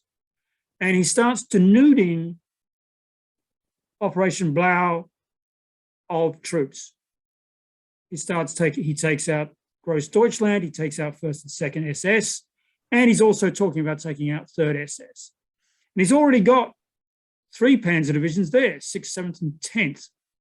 So this is catering to Sledgehammer, whether or not it takes place or not. But nevertheless, because of PQ 17 failing, he loses the ability to take that last 20 miles. So I think the real question is, what, in terms of the United States, is allocation of resources. It fought a three-front, it basically fought a three-front war. You could even say 4, but 3, because of the 17 million tons they sent to Russia, the almost equivalent in Pacific, and about 22 million tons to the European theater. So that's 3 fronts. And then you can all kind of add the air war as well. But in terms of Sledgehammer and that period of 42, it was possible for them to make sure, in conjunction with the Brits, to succeed with the PQ convoys. At least that, because they definitely had to get that through to Stalin for him to win in early 43, which would have, by the way, essentially have allowed Stalin to take most of Europe, probably. Yeah, because we weren't even anywhere near there. So the Sledgehammer is well, the question is really is how much was that in the press, because it definitely convinced Adolf to move forces. All it needed to be was in the press. And I think it was because he could then justify to OKH and OKW the movement of these troops. I mean, if Varlamont's saying, why are you doing this? You know, Halder is saying, why are you doing this? And he's saying, because of the threat to Europe of an invasion by what? I mean, if you read, obviously, the diaries of Allenbrook, it's like, who obviously dismisses Marshall as not being very up in terms of strategic matters. But Allenbrook there's no way this is going to happen. But nevertheless, it's important to keep that ball rolling, or in the air rather. I think for Adolf to be convinced to move forces to the west, which is also kind of mind-boggling too, but that's what happened. It is actually what happened. So I don't want. I guess the question is, was this particularly in the press? Because I know somebody. Well, I mean, when I was in England, I remember an old British communist who detested passionately Churchill because of the PQ convoys. What happened? You know, the Pound's decision to not keep the main capital ships with the ordering them to disperse. So, yeah. Was this in the press? Sledgehammer, the idea of sledgehammer, was it in the press throughout 42? I guess that's my question. Ooh. My research did not. I can cite some secondary works that point out the calls that were in the press, but I've never looked at the newspapers, looked at the Communist Party propaganda in any depth. So I really don't feel qualified to answer that. There was, again, I go back to Mrs. Marshall's comment. Here is our second front. There was obviously talk of doing something in the European theater, but no one knew where. And but beyond that, I don't have the answer. Any of you know this? Yeah, can I jump in? Yeah. There's two different scenarios here. One that takes place between January and August of 1942, and then after. As I mentioned in the chat, it's more of a general form that the Germans are reacting to. In other words, the building up of raiding capabilities, amphibious capabilities, the buildup of the United States in England, or United States military in England, etc., which then puts them on a general alert.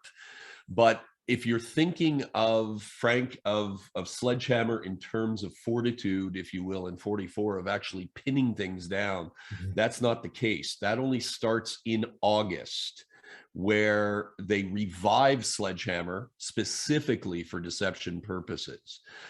They also have a couple of other operations, one for deception purposes called Coleman, which is kind of like a carbon copy of Dieppe, except no landing. In other words, it's, you know, the idea is to use what happened at Dieppe to then draw out the Luftwaffe into battle, but there will be no landing. So they're now by post-August, they're putting on deception operations, but not leading up to that. So German reactions of building up in the West to a degree are more because of the general nature of what's going on, as opposed to a specific deception operation with sledgehammer. Yeah, I just want to jump in too. I'd be curious to hear what Joe Strange, I know we don't want to put you on the spot, Joe, there, but I'm sort of curious to hear what Joe has to say about all this. And one other thing to throw in the mix is the Royal Navy in general and how they're reacting to this, because I was just looking, I listened to an amazing discussion about Operation Pedestal a couple of months ago, that massive operation, Reinforced Malta. And it brought back to me all the difficulties that the British were having with basically fighting their way through that large amount of Luftwaffe that's deployed there, and then, of course, gets siphoned off to support Operation Blau.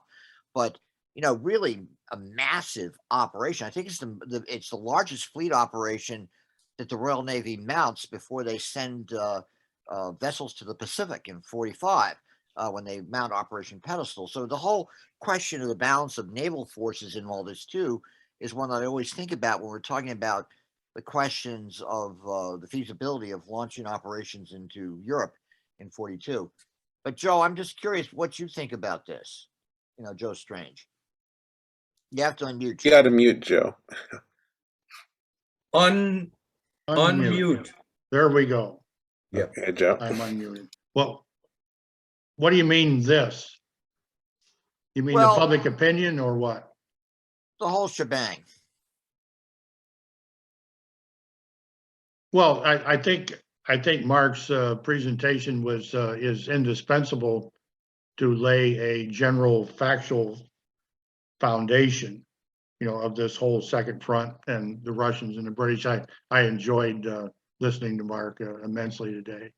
And I remember the times when I had him down Marine Corps Yes. War College a few years, you know, Yep. those were good days. But it's my impression that there was a lot of public opinion in Britain, especially Yeah. during this time about Second Front. It not only came from the Communist Party, but my sense is, and don't quote me or don't, I wouldn't bet my son's life on this, but I think it came from the Labor Party was the ones that was really pushing this, you know, and Churchill commented that everywhere he went, whenever he got out and he went around in London, he saw these placards that were everywhere. Second front now, everywhere he went, you know, and I think he commented on that one time, and I think I included it in my dissertation. I But remember reading it. Yep. Yeah. As you said it, Joe, you did, because I read your dissertation. now I don't know so much about the United States. I don't have any real recollection on what was going on in the papers and so forth in the States. I think in the United States, we had a lot more to focus on, which was the war in the Pacific and the Japanese, you know, and so you know, so there wasn't a vacuum there. But in Britain, you know, I really think that there was a huge press, newspaper, you know, billboard campaign going on, you know, that in support of the Second Front. Now, as far as this other stuff goes, you know, I really look forward to our future sessions on Sledgehammer. We heard again today from somebody that the whole thing was just suicide and folly, but you know what? I don't necessarily agree with that.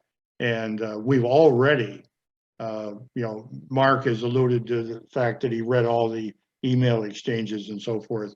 You know, we've already put a lot of stuff out there, you know, about the possibilities for Sledgehammer and how robust it could have been had the will been there, you know, to really push it. And of course, I mean, I'm an old war gamer. I'm kind of embarrassed to admit this, but Marc asked me one thing, what I was doing a lot down here. There's a war game out there. It's called Hearts of Iron, and and I play Hearts of Iron 2, but there is a 3 and a 4 and a 5, but I love 2 the best. And I actually spend a lot of time playing it. It's very relaxing. I don't watch TV a lot. I do have a lady friend I've been spending time with, Marc, and that's a good thing in my life right now. But this Hearts of Iron game is really quite sophisticated, and it's based on World War II, and it's an absolutely incredible game. I've always said that the Lord kind of reached into my brain and my heart and said, if I could create a game just for Joe Strange and, you know, for him to relax in his retirement years, he couldn't have done any better than Hearts of Iron. But anyway, but I've probably fallen a couple notches in your esteem by saying that. But the reason I say that, though, is what we're doing and what we will be doing in April when we have these Sledgehammer sessions is we, in fact, will be wargaming. You know, we'll be putting ourselves in the position of British and American commanders to say if all of a sudden now the green light was given to launch Sledgehammer in October of 1942, you know, how robust could it have been if there had been, if everyone had been committed to it? You know, how many landing craft could we bring? How much air support could we provide? How much naval gunfire?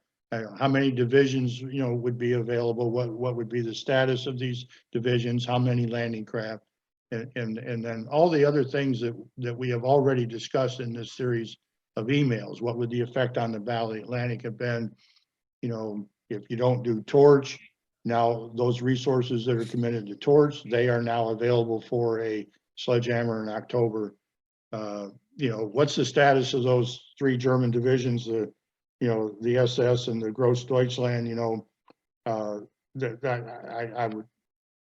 we need to get those nailed down. You know, were these divisions that were pretty much shot up because they've been on the Russian front and they're sent to France and they look good because their names, you know, and divisions in France. Oh, here's the Gross Deutschland. Oh, here's the SS. Oh my God, I'm terrified. But if they're only 20% strength and they're pretty much shot up and they don't have any equipment, then they're just units in name only, you know. So, I mean, so these are the types of things, and I just want to make this comment is, you know, we will be wargaming. You know, we'll be gathering intelligence, and that's what you do when you war game. You assemble your forces, you have your logistics and your air and your ground and your navy, and that's the way I look at this whole thing. And it is counterfactual, you know, but it's going to be a lot of fun, and it's counterfactual, but we are trying to bring as much facts to it as we can, and that's what makes your counterfactual more credible. Is you try to bring the greatest scholarship you can to the counterfactual of what if we had done Sledgehammer, you know, in 1942. So you know, it's not just castles in the air, but we're trying to establish a solid scholarship, you know, basis to it. So, Mark, it was really good seeing you. Joe, it was wonderful to see you again. It really was. I have to throw. My memory banks are not as good as they used to be, but what you just said triggered when I was a doctoral student doing research in Washington. I wrote to General Albert C. Wedemeyer, who had headed the strategy policy section of the Army staff before he was sent to the Far East, and I asked to interview him. And I even bought myself an HIS 3-piece suit to do it, cut my hair, which I had then, and walked in, and he stands up. He was a very tall man. And on one side of him is a huge portrait of Chiang Kai-shek, and on the other side is a huge portrait of Herbert Hoover. And all I said to myself was, oh shit. He commented about those German divisions. He's called them, I've got the tape, Magen is the word I seem to remember. They were broken divisions that he said would not have stood up to Sledgehammer. That was his point of view anyway. But thank you for coming to this, this has been wonderful for me too. I hope, as I said, I read all, and you're absolutely right, Joe. You know, counterfactuals can help. And it's not that I oppose them; it's that as a historian, it's okay. I've been asked. You can guess how many times I've been asked about what is going on with Putin and what is Putin going to do. And I said, quoted an old friend of mine, Sam Hand, historians don't predict the future. Historians predict the past. And in doing the counterfactuals, you are in effect trying to predict the past, and that's not said as a negative.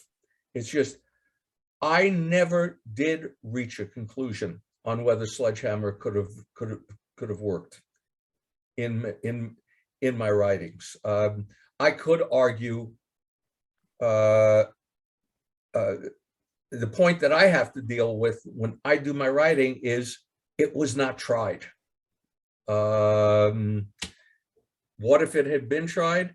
Yeah, but in the Kremlin letters, on some of them, Pq points out that Stalin is pressing because he thinks he can end the war in 1943 if he can get certain help from the British and the Americans. And it explains how he's changing the wording of some of the telegrams that he's sending out. There was one thing you said, Mark, today about Roosevelt, is that there was that he was under pressure from his Republican critics and everything else about whether he was a capable wartime leader, commander in chief, or whatnot. And I agree with that. And if Roosevelt had gone forward with this sledgehammer, I think that he would have done everything he could have to bring all the resources to bear on this sledgehammer in October of 1942 to make it work, because there's two people whose butt would have been on the line had it failed, and the first person would have been Winston Churchill, and the second person would have been Franklin Roosevelt. Exactly. Yeah, I agree too. Anyway, I've got to go. So it was good seeing you, Mark.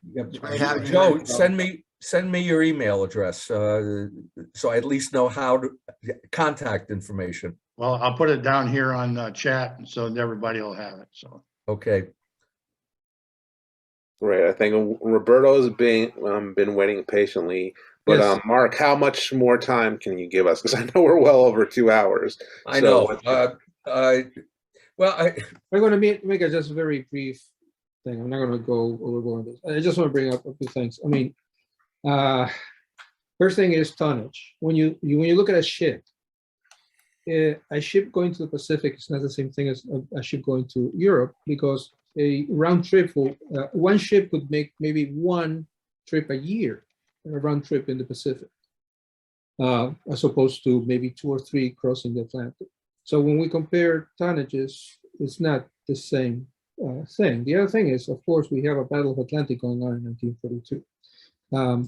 And I would just, think of the Royal Navy in the Channel with no air superiority supporting this invasion. What were the losses in Dieppe or on Crete, when the Luftwaffe was able to hammer the Allies. This we don't achieve until the Mustang is arrived, and that doesn't happen until 1943. So we really don't have anything. Finally, the closest thing I can think of sledgehammer is Anzio, right? It kind of reminds me of that would have been, even in 1944, a depleted German army is able to bottle up the US and British armies in Normandy for how many weeks, right? They have internal lines of communication, right? So Hitler can rapidly take, and this is 1942, so now he hasn't bled through 1943, Kursk and whatever. So yeah, the 2 units in France could be depleted, but don't underestimate German ability to react very quickly, and they have proven over and over again during the war. That's it. That was my short comment. Jim, in answer to your question about how much time I have, I was going to say I am getting tired, but shit, I gave the Naval War College distance education class 3 hours a couple of weeks ago. The first lecture I'd given in 2 years. And that was night. That was 6 to 9 p.m. So if I can give a little more time, but not as young as I used to be. Well, I figured all our questions would be like caffeine to your brain there. Well, They have maybe been. we can have, since we have a number of people, maybe we can have them like each ask a short question, Frank, Mike, and Gary. So, or maybe just a Frank and Mike, and then, yeah, if maybe that'll, I don't know, be better in terms of getting Let it. Gary go first. Let Gary go first. Okay, Yeah, yeah. no, I'm not, it's just gonna be really brief, only that there's been a number of representations here about various things, things that are facts, things that are, everybody knows this and everybody knows that. But in fact, what everybody knows is not always correct. And so when we talk about things like tonnage, we talk about air superiority, when we talk about German war production, the last 20 miles even, Frank, I have something to say about that last 20 miles to Rostov. So all these things are things I'm going to cover. I don't get out any evidence now or get any arguments because that's not what today is about. But I have something to say about every one of those things that people have brought up here, believe me. And let's just say I have a different point of view. So, okay. Well, my only comment is that Sledgehammer worked. It worked because it was designed to do something. As you expect, it was supposed to denude one front to go to another. It did that just simply because it was in the news. That's about all I have to say. I do have, Go on. I'm sorry. Am I cutting? No, I something? thought, I didn't know you would answer that. Go on. Sorry. Jim, I was reminded of something. I'm enjoying this a lot more than I enjoyed the comment of one member of your group many years ago at the AHA meeting in New York City. Do I hear Jim cackling about that? You do indeed, because you Yeah. blamed me for putting him up to that, which I meant was Nobody put him up to that shit. It's not. It was Michael. It's He's all referring Bob. to the issue of Bob referring to the sexual prowess of General Marshall. Right. And Mike is good. Mike was good friends with Bob Manus, so Mike can tell the whole story if you want to hear it. I can tell you this, that Bob Manus, by profession, was a actor, playwright, and a stand-up comedian. So that might give you a certain inkling as to where he was coming from. But actually, he actually had heard or read or something about that, and he was just putting it out there. Yeah, yeah. Which I I remember when he said it, and I said, "Where did you get that information?" And he said, "From Playboy magazine." And I shot back, "That's not considered a great historical source." But I knew he did have something. It came from that atrocious biography written by the British journalist about Marshall many years ago, in which I remember Forrest Pogue was fuming over this, that this character had concluded that Marshall never had sex with his first wife because she had a heart condition and had been told she could never have children. And Forrest going, what does he think? Rubbers were only invented during World War II or any other form of contraception? I rate the book as one of the worst books I ever read. I counted an error a page in it. And the thesis is just, well, we had fun with it, you know. So that was an actor who you got he was asked that question. He's a very talented guy, but an actor, playwright, but more importantly for that particular question, he's a stand-up comic. But I thought it was a very humorous note on which to end your talk. But I have actually one question, and I've got to leave in about 3 minutes. So let me just posit this thing, which is kind of a way of like segueing it into almost the present. Because Marshall and many people in the U.S. military high command were, shall we say, not known for their sensitivity towards, shall we say, minorities. And therefore, did not at least show a lot of sensitivity towards, let's say, the plight of Jews or other groups who were being persecuted, exterminated in Europe.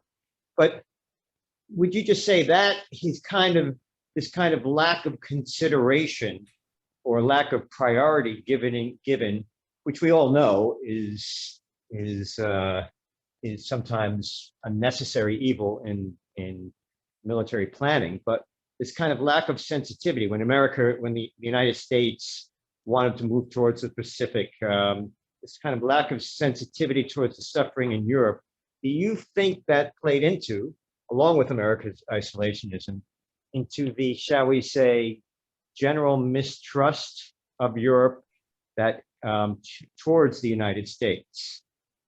This kind of like, subconscious, shall we say, underneath mistrust towards the United States that exists up to this day, of the United States motives, intentions, etc.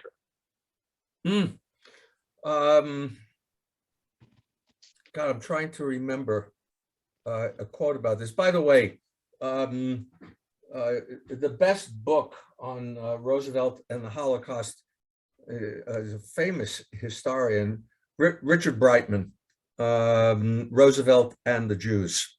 And what he does is he breaks it down to 5 different time periods and what are the priorities for Roosevelt in each time period.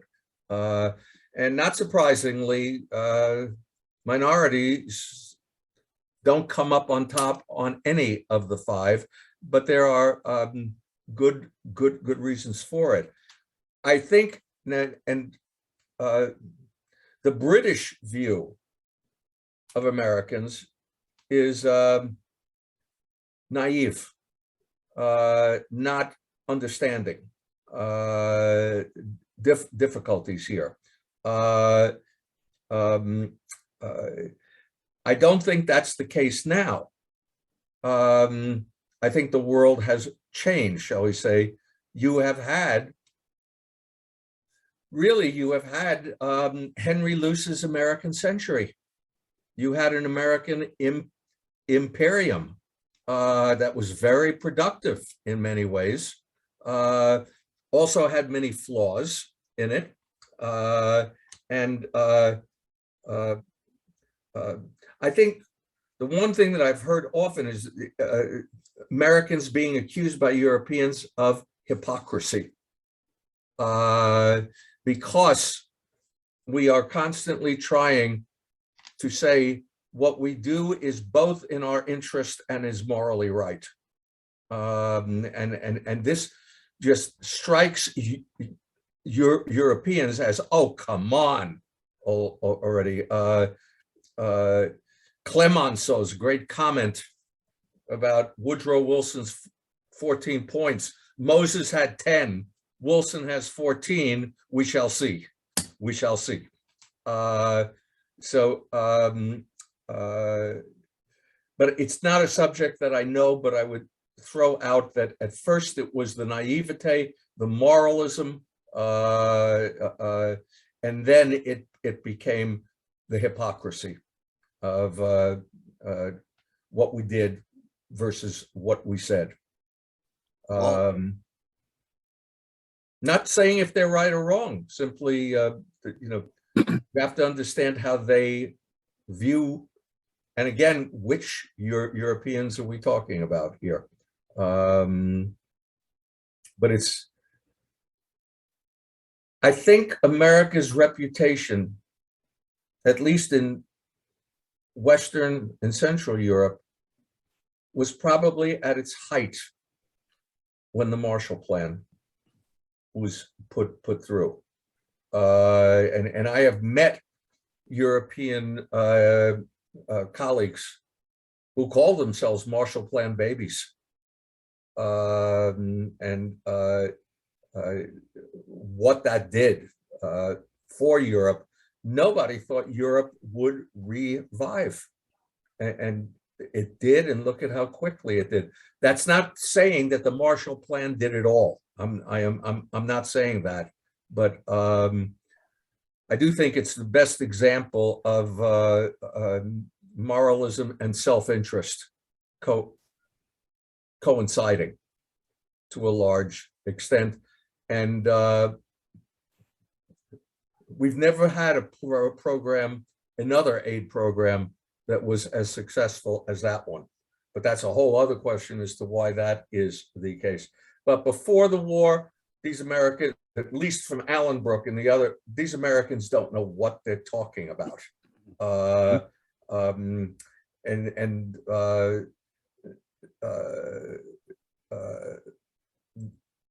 Then from before, and again, the moralism. The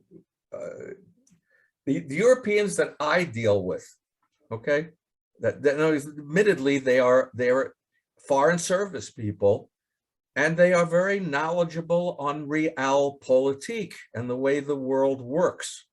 And I think it drives them a bit crazy that Americans at least don't talk that language to them. But I'm way in over my head here. So up it there. Well, I wanted to bring Marc in, but I wanted to Yeah. add to something that you're just saying here, Marc, and that is it raises something that I had a discussion with many years ago with the late Peter Novick, Chicago. Yes. He had done that great study of the American historical profession, the Noble Dream. But he also did a book on the Holocaust in memory. Yes. Yeah. And he and I were more or less on the same page, because I was trying to understand better why at the 50th anniversary did all of a sudden we have this issue of the Holocaust thrust forward as the main justification for launching operations in the European theater of operations, as a major theme, which had not really been prevalent before. And we all sort of agreed with, the question becomes, well, should we have launched a second front for that purpose, to rescue the Jews, which of course is something that, people would have very strong feelings about.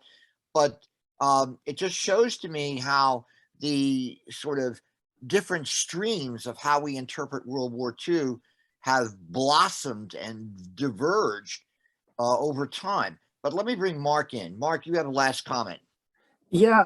First of all, Marc, thanks very much for the talk, Professor. And if you want to kick off, you go ahead. I can always take back my question. We've kept you for 2.5 hours. It's okay. Go ahead. Okay. Your talk helped me. It's more of a comment than a question. Your talk allowed me to step back and get a little bit more perspective, because when I think of World War II, and I think of the German side, I'm very critical, and a lot of people are, that the Hitler did not have any great strategy. He very much, hold on a second, I have to click off something there. He really lurched from campaign to campaign to campaign, kept rolling the dice, winning and winning, and kept going. And now I'm looking at the Allies, like, well, maybe the Allies weren't all that much better in terms of establishing a grand strategy in the beginning and sticking to it. And although it's different in the sense that you had different, it was a coalition, it was an alliance, so you had inherently much more arguments and interest, things like that. What do you think of? How do you see that? I mean, just do you have any thoughts on that sort of idea, so to speak, that might end on that comment? But if I understand what you're asking, Hitler operated on the basis of his own will. Exactly. Conveniently forgetting that other people had wills also. And he had a plan, but I come back to the line that I cannot think of a coalition as successful as this one in accomplishing all of its objectives, which were very far-reaching. Now, they had one advantage over Hitler, okay? But Churchill made the comment in his memoirs when he heard about Pearl Harbor, the same day he heard about the Soviet offensive in front of Moscow. He wrote, jump for joy. Yeah, so we had won after all. United, we could take, I believe, united, we could take on the rest of the world. And that wonderful ending that night, saturated and satiated with emotion and sensation, I went to bed and I slept the sleep of the saved and the thankful. Now, why did I bring that quote up? Where was I going with it? I'm showing what happens after nearly 3 hours of this. Tell me, Fraser, tell me your question. Oh yeah, I remember it. The one great advantage that the Allies had was that they knew what Hitler had done. They knew what he had accomplished. They knew what he could accomplish. And they realized what they had to do in response to that. I'll never forget that the Naval War College strategy course, I was paired with a Navy captain who became a very close friend.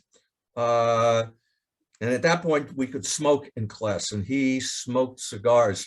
And this was the junior class. I forget what they were called. They were in their 30s. And one Marine slammed his fist on the table as we neared the conclusion of the course, which Marines, of course, love to do.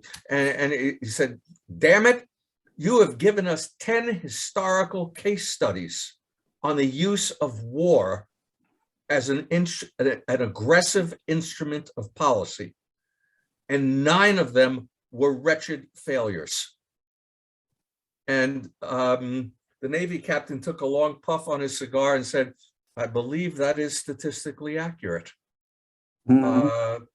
And one could, why is it that the attempt to roll the dice with aggressive warfare so often fails? The only success that class studied were Bismarck's 3 wars of unification, because the aims were limited. He knew exactly what he wanted and how to get them. So in that sense, the Allies had the advantage of being on the defensive, and that famous Benjamin Franklin supposed line when he signed the Declaration of Independence, "Gentlemen, either we hang together in this or each of us is going to hang separately," which leads to some interesting, sober thinking when you are aware of that.